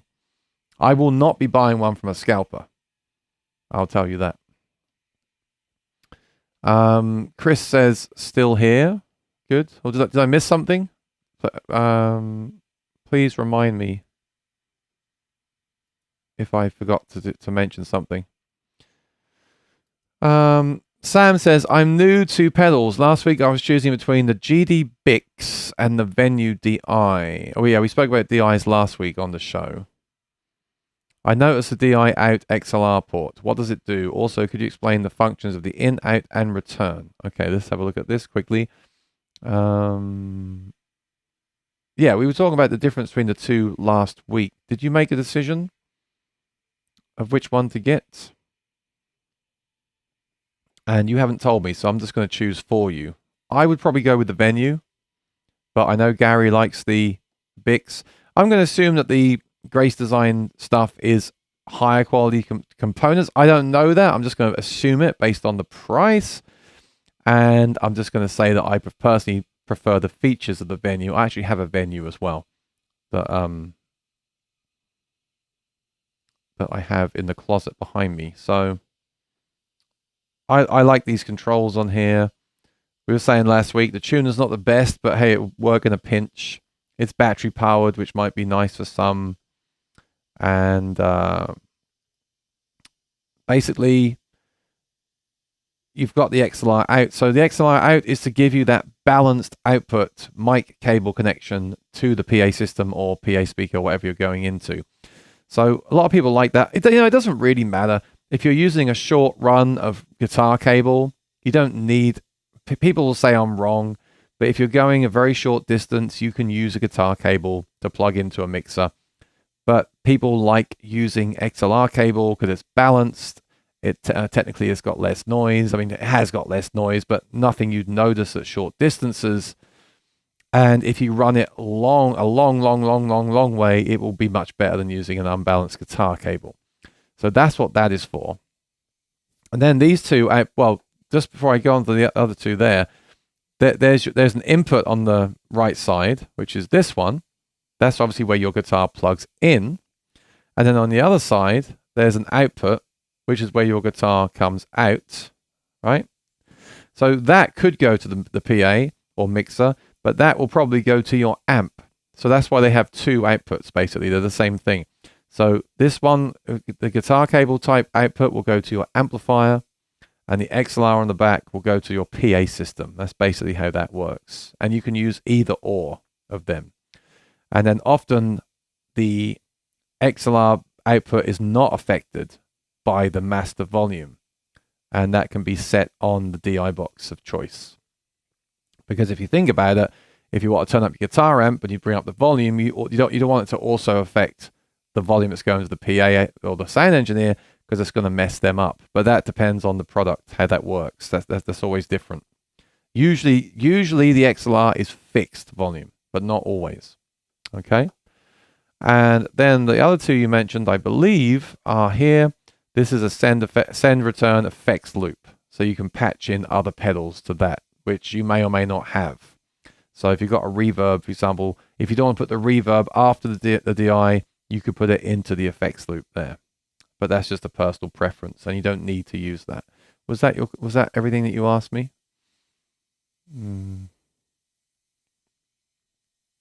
Yeah. So the in is for your guitar. Your guitar goes in. The out goes out to the PA or the mixer. If you've got a 1/4-inch connection, like a guitar jack connection. The XLR out is if you've got an XLR microphone type connection. It's usually hotter and high quality, although it's marginal. And you can use both, which is nice if you want to send two sounds out different places, like an amp and a PA system. And the send and return is for other pedals. It's an effects loop. Yeah. Chris said, I did not do the firmware update. Okay. Couldn't find it. I'll show you exactly where it is then. Because the cat's out of the bag now, I was selfishly saving this for my video. If I make the video, I haven't decided yet. I don't know if this video is actually going to happen with Mackie. But basically, there is an update. It's very minor, but there is one. And if anyone buys one of these, I do recommend you put it on. So I'm going to show you how to do it in case you do buy one. So if you go to the Mackie website and type in Showbox. And click on Showbox here. Okay. You can buy it direct from Mackie, but don't do that. Click on Sweetwater. Use my link. Thank you. When I say that, I'm kind of half joking, but I'm half joking. I'm serious too. I'm just making it lighthearted. Scroll down. Showbox update. See, the only problem is it's English Windows 0010. Now, if you download the owner's manual, now you did read the manual, right? I'm kidding. Don't get mad at me. I'm not being mean. I say that because I don't read manuals. But there's a page here I was reading that tells you how to figure out what the firmware is. There's a button that you hold down. And a good little tip here, if you go to File and edit and search. Where is it? File search. Oh no, that's in Safari. This is Chrome. There's always a way to search the web page. I don't know where it is on Chrome, unfortunately. But basically, you can search this document for the word firmware, and it will tell you how to check the firmware that's on your device. I believe you hold down the main volume button until it tells you. And the chances are it will not be that version, 0010. So look, it's a really minor update. I think the one that ships on it is 006 from what I was reading. But so it's not like it's one. If it was with firmware, if it's like 0110, it's a massive update. If it's 1000, it's a massive, massive update. So it's gonna be 001 or 002 or 003 or 0. It's gonna be like it's gonna be a number less than 10. It's not going to be a huge difference, but it is going to be a difference. So make sure you put that on there. And I clicked through it and I saw that the update is there and it's a newer version, but I can't install it I couldn't install it if I wanted to without a Windows machine because it says Windows. Okay, so I did email Mackie to ask about that, and they did confirm that there is in fact an update, a very small update that affects a few little things, and it's advisable to put that on there. So whether you want to try it again, whoever was talking about this earlier, is up to you. But, I hate to say it, when something brand new is released, it's often advisable not to be the first to buy it. I'm not trying to be mean. I like to buy stuff straight away as well. Unfortunately, sometimes that does get you with firmware because people find issues, they fix it, and they release the update. And so that those first few weeks, products often have issues. But I don't blame you for returning stuff. It doesn't work for you because you should never wait on something to have the firmware update applied. Because, for example, if something hasn't been fixed, you don't want to be waiting for that fix. I've had that issue with many pieces of gear in my life, right? So Chris ordered the eVerse 8 instead. Now, the eVerse 8 is a great speaker. It doesn't have the same features of this one. And some of the features on here are amazing, as I put in my video that I did from NAMM. But the eVerse 8 is one of my favorite battery-powered speakers, for sure. So I don't think you'll be disappointed with that at all. Orangewood Parlor, good recommendation for an affordable parlor guitar from Bedouin. Thomas Moore is late. Don't worry, Thomas, that's fine. You can watch the replay if you desire. Thomas Moore says, Gary, how is the Grace Bix? You said you got one. Yes, he did. I believe he's very happy with it. I'm sure he'll let us know if he's still here. Do you still have the Princeton? I'm considering a Princeton or reissue. I don't. I had one in the lockdown. Great amp, not versatile enough for me.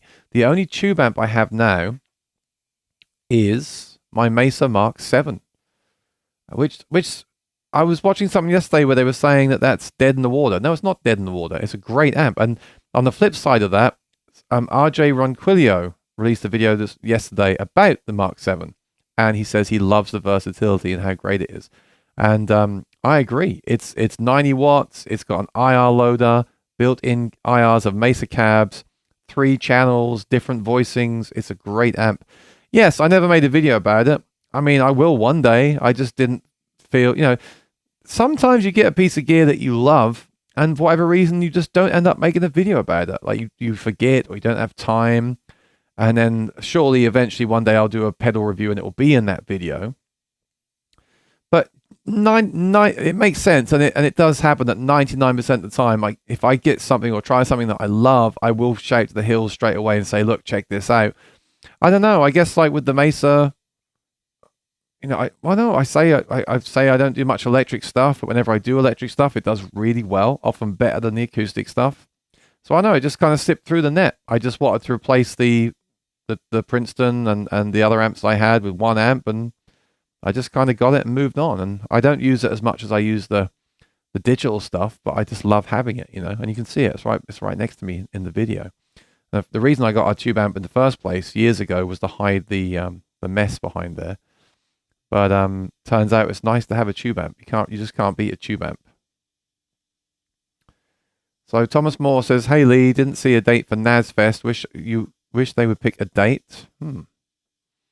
There is a date for Martin on Main on the Chamber website. So does that mean Lee's coming again to New York City?" Sam says, "I actually end up buying 2 pedals in used condition. I got the Venue for $190, great deal, and the Bix for $230. So you got both for the price of one. That's fantastic. That's the best way, smartest way to buy gear. Buy it used." They're talking about the dates for NASFest. I guess it's too soon. The Martin Festival. Sam says they actually have DI feature pre-installed on both of them. Yes, they both, or do they? I don't know about the Grace design. Sometimes a really small DI, I mean, most of them do. Sometimes a really small DI may not have XLR out. So you need to check for that. Because the pedal has to be big enough that it can actually fit that port. So I'm sure it does. So here's the Grace design on here. And we go to the back of it. Aha, we don't. There we go. It's exactly what I was saying then. So this DI doesn't have it. It's because it's so small. That's the reason. So this just... Oh, no, sorry, it does have it. I didn't see it. Yeah, it's very rare that a high-quality DI would not have one. I'll say that. Something like the HX Stomp is effectively a DI, and they save space. They have so many ports on them that they don't, and it's so small that they don't have an XLR out, like the Helix does.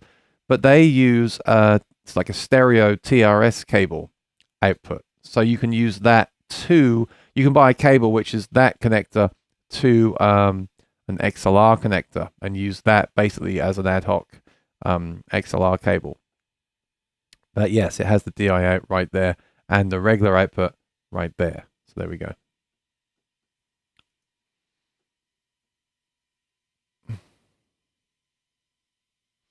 Isaac, how you doing? Have you checked out the reviews of the new Taylor Circa 74 amp? It looks cool, but too expensive and limited in features. No, a few people have asked me about it. I haven't done anything with Taylor. I'd like to do videos on Taylor stuff. I really should have gone to speak to him at NAMM. That's one thing I didn't get around to doing. But this is it. Okay, let's just look at it together. I haven't really even looked at it yet. Yeah, you're right. I mean, look, all acoustic amps, all high-end acoustic amps are in this kind of price, to be fair. But for most people, they're better off just getting a PA system with that money. I will say that. This is kind of cool. It comes with a stand. It's basically a piece of furniture, all wooden. Solid wood, of course. No, I don't know that. But kind of cool. You get the stand with it, which is actually, it sounds funny, but a stand is very important for an amp. You know, it raises it off the floor, decouples it from the ground, and gets it more up to ear level. So that's kind of cool. Here we go. There's your DI out. So this is basically a DI box as well.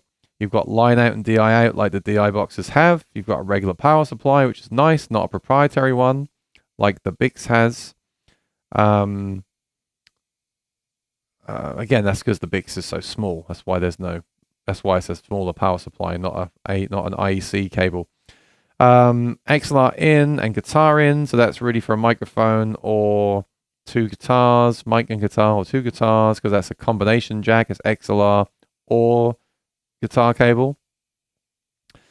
Level reverb, treble middle bass, level reverb, treble middle bass, 2 channels with the same EQ. That's nice. Sometimes they don't have the same. Mini headphone jack, mini aux in, and Bluetooth. That's nice, having Bluetooth. Yeah, it looks great. It looks great. You know, if you're a Taylor fan, I hear the reason they didn't call it a Taylor amp is so they can sell it to fans of other guitars. Like a Martin fan may not want an amp that says Taylor. So that's why they called it the Circa 74. And Circa 74 is when Taylor started, around 74. I think that's the reason, unless I'm mistaken. So it looks great. I mean, what does it sound like? I have no idea. I haven't heard it. 10-inch, 150 watt. Yeah, I mean, who knows? But yeah, certainly for most people, I'd recommend putting that money into a PA system if it's, you know, and then if you want an acoustic amp, look at something like this or something else. So that's cool.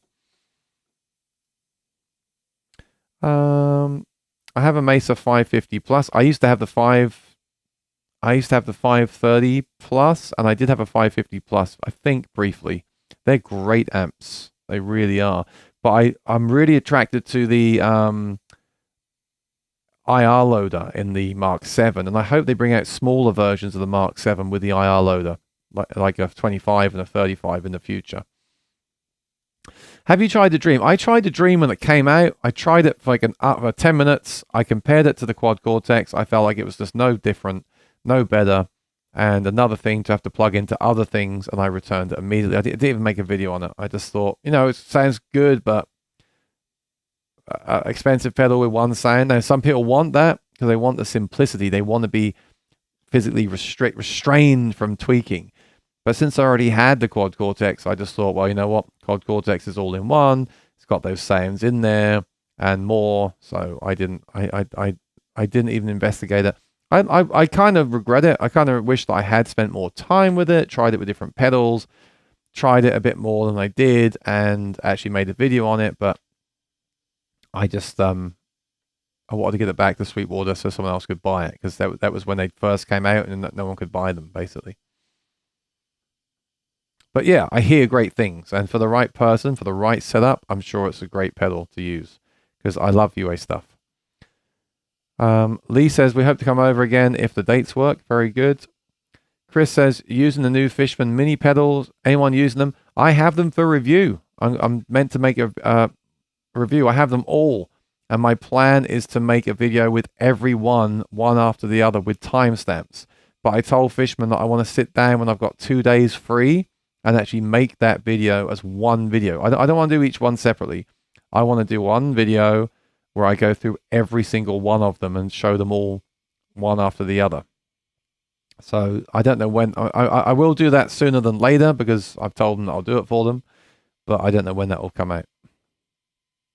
But what I've seen of them, from what I've played of them and heard, they're very good, especially for the price. They're great. So are you using the Stomp XL? I'm thinking of upgrading from the Pod Go. No, I sold that and I bought the regular Stomp because I wanted something that was truly portable. And I have a MIDI controller anyway. So with MIDI controller and Stomp is basically a Stomp XL. So I do think the Stomp is great. It's kind of hard to choose between the Stomp and the XL. That's a decision only you can make. Yes, it's all in one. It's not much more money, but it is going to be a bigger box if you want to carry it around. So you'll have to decide. But I would personally rather have a Stomp than a Pod Go, I think. The Taylor amp looks heavy. Let's see. I don't think so. The reviews are pretty good, which is, I do check the reviews. It's interesting to see what people say about stuff. I find the reviews on Sweetwater are pretty good, Doesn't say the weight. Taylor circa 74 amp weight. 24 pounds. Yeah, it's not light, that's for sure. But people often say that heavier amps mean better quality and sound better. I mean, you don't really want, I like the Bose S1 Pro is great because it's light, but it's not a super loud amp. If the Circa 74 is 150 watts, if they're going to tell me it's a loud amp, you don't want it to be light and like flapping around. Also, high quality wooden cabinets do tend to sound better than plastic ones. So the weight might be a good thing, and it will also mean it's less portable, which could be a bad thing depending on how you're going to use it. Sam, asking for a friend, what would be the best time to purchase a guitar at any level in terms of discounts? Right, well, it depends where you live, but basically, I would say when the sales are. So in America, we have the Black Friday sales. Usually, people want to work with you then. President's Day, all those, any kind of holiday where they have the sales, definitely. Generically, time of year. I mean, everyone's buying stuff for like the holidays. So, usually like January is slow for stores and they might be willing to make a deal with you because it's slow. Also on the used market, you might see a lot of used stuff around that time because people are selling stuff that they didn't like, that they got as gifts. There's a lot that goes into it. But it really depends where you live and what you're buying, because some guitars will not be or can't be discounted, and some can be discounted quite a lot, you know.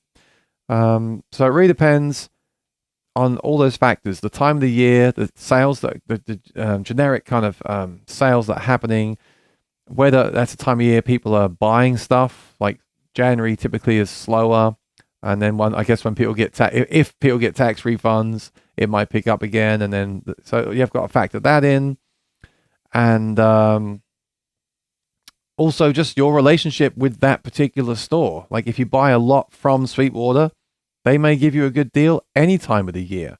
Some people tell me that they don't get offered discounts from Sweetwater. I get offered pretty good discounts, and I've been a customer for 10 years, and I think I've spent a lot of money with them, and that's probably why. And then some people tell me they get discounts on everything, so I don't know. It really is, a lot of it is just down to you and your relationship with the store, the salesperson, the time of year, if it's the time of year when there's sales happening, and all those things kind of rolled into one. Check around. Also, what you're buying. Like I said, some things are not discounted. Check around. There's a few smaller stores who'll give you 15 to 20% off. Yeah, but like I said, I know that Sweetwater will give. If you get lucky, I think Sweetwater will give you 15 to 20% offers. I know Musician's Friend will give you 15% off, and they're good to work with. They can look at guitars and send you photographs and things too. So, it's just to do with the time of year and inventory. So if, for example, if they have one guitar, they probably won't discount it because they know someone's going to buy it this week and they'll make all their money. If they have 10 of those guitars, they'll probably do you a discount. Last year, there was a lot of PRS guitars laying around in warehouses, and they discounted them almost down to what they paid for them just to move them on. Now they've kind of got rid of those. There's still a lot around, and they probably will give you 15 or 10% off, but not offering it up like they were before. It's supply and demand. So in the lockdown, when there were no guitars available for stores to sell, there were no discounts from anyone. So there's that to factor into it as well. But usually the best thing to do is to ring up and ask, hey, I'm really interested in this guitar. What's the best deal you could do for me? And just ask nicely. And they might say yes, they might say no. My Sweetwater rep has offered me more than 5% off on anything, and I've been a customer for more than 20 years. Wow, spent thousands. Yeah, I've been a customer for 10 years and spent probably hundreds of thousands. I actually don't want to know what I've spent with them, but 5% off on anything is great. That's really great. Again, mine have really varied, but I feel like if a product is just released and they haven't got many of them, they won't discount it because they don't need to, right? Like that Noel Gallagher, if it was at Sweetwater and not at Gibson, UK Garage, they would never discount it. They'd say, well, look, we've got 20 of them. They're going to sell. We've got 100 pre-orders. We're not discounting. You've got to pay full price. Right, I get that. But if they get 1,000, 10,000 guitar, of some model in, then they're going to do 15% off, or maybe 20% off if they're having a good day. You just don't know. You have to ask all the time. Thomas Moore, I never get deals in Sweetwater, but they really have great support when something breaks. Well, I agree with that. That's very important, because when you have a problem, you want to know you can ring up someone and have it dealt with. And I've had several problems with stuff from Sweetwater, but I know I can pick up that phone and ring up and say, look, I've got a problem, and they take it seriously and they make it right. And one time I even got through to the head of customer support. And again, they heard me out. They took all my, they listened to everything I had to say, and we figured out a way to make it right. Sometimes, like, if you buy something that's irreplaceable and they can't fix, sometimes there's things that can't be fixed. It's not really anyone's fault. But it's nice when a company will actually work with you and find a resolution that suits everybody. And I've had that with them a couple of times, and I really value that, because many people can't communicate. Communication is the key to many things in life, in my opinion. And some smaller stores I've worked with or bought from have not had good communication skills, and that's a real drag when something goes wrong. And that's I mean, yeah, I shop at Sweetwater because I have the links with them, but I also shop at Sweetwater because I know that if there's something, I can call them up and we can talk it through. And I think that's very valuable these days. Anyway, I'll get off my soapbox now. I'm going to say thanks for watching. Again, Wednesday, another live stream. All right. Isaac Jang, luthier, fantastic luthier, recommended to me from the one and only Lloyd Baggs from LR Baggs at NAMM, is going to be on here for a live stream at 2 p.m. EST. Please join us. Please show your support for Isaac and me. We'd really appreciate it. It's been a long time since I did a live stream interview Q&A, so I'm a little bit nervous. I did tons in the lockdown. I haven't done many since, so I'm nervous and excited for that one. I hope you'll join us. Once again, if you're new here, subscribe and ring the bell. Really helps me out. Share these videos with some friends. Ask them to do the same. If you're shopping, I got links to Amazon, Sweetwater, Reverb, and Thomann, depending on where you live. And it really helps me if you click through to those. I'll say thank you to the moderators today, Lee and Rosanna. Appreciate your time as always. Every time I log off this stream, I think to myself, Lee and Rosanna are always here helping out whenever they can, which is most of the time. And it's amazing they do that. And they do that just to support. I don't thank them enough. So thank you so much. And I hope that they can make it on Wednesday. If you can't, that's fine, guys. I can we've not, I don't want to say this out loud. We've not had so many trolls lately. And, worst come to worst, doesn't really matter. Well, it depends what they say, I suppose. But we'll figure it out. So thank you to everyone. Thanks, Nick. Thanks, Lee. Thanks, Mad, for it. Patsy Smith says Wednesday, that'll be 7 p.m. in the UK. Okay, great. I was worried it'd be too early for you guys, but you can make it. That's fantastic. All right. Yeah, please tell people, because this will be the kind of thing that's interesting to anyone, not just the technical. Like on a Monday, we get very technical and talk about DIs and pickups and all this kind of geekery stuff. Wednesday will be more of a story, an interview, a Q&A. It will be applicable to just a broad range of people. All right. So definitely do me a favor and share that link. The link is active on my page already. So if you jump over there, you can actually save it. In fact, before I go, I'm going to do that right now. So just bear with me 1 second. I'm going to give you the link in the chat, and then you can actually go on there and bookmark it right now if you wish to. It says one person is waiting. That's me. So here's the link. If you click on this link, you'll see the wait. That's basically the page is already active for Wednesday, and you'll see it says notify me. Click on that, and it will remind you on the day in case you forget about the time differences and everything. So that is where it will be. That page that I just posted is where you'll actually go to on the day to watch the live stream. That's it. So you can email that to friends and family if you want to as well, and just say, hey, click this link at 2 p.m. on Wednesday. All right, I'm going to have to go. Thanks again for watching. Thanks for your support. Great numbers again this week. It's awesome. Really appreciate it. And yeah, keep watching the videos. Have a great week, and I'll see you again. Well, I'll see you on Wednesday. Look forward to it. Hope you can make it. Thanks for watching. Bye-bye.